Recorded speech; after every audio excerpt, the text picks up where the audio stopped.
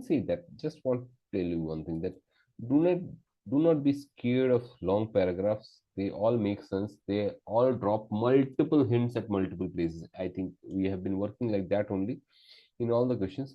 So nothing to be really scared of, and believing that it's a long para may not make sense.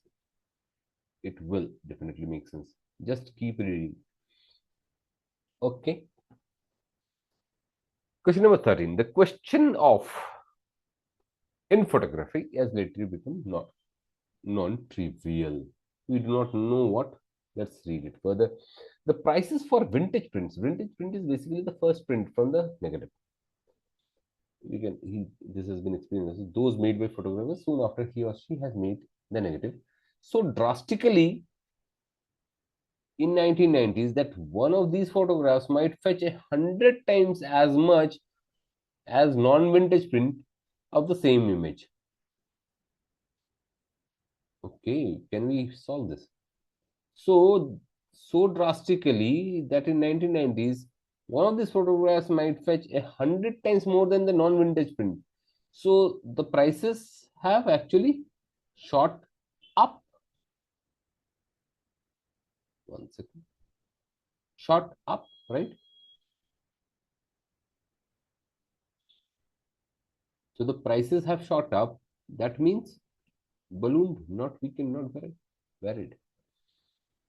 Let's go to the place again.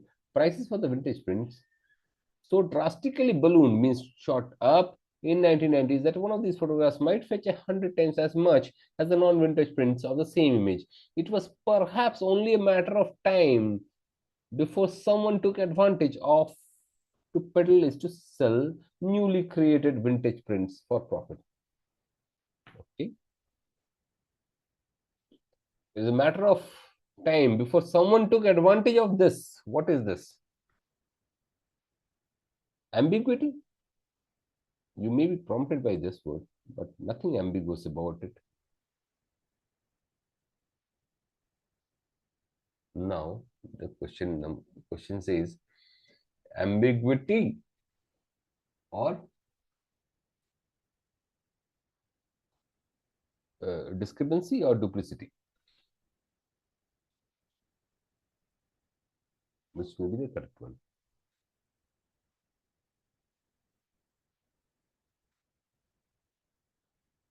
See, there is no duplicate about it. One negative made, this is a negative, from which the photograph clicked, the negative was made, and after that the photograph was brought in public. There is the vintage print. This is the first one.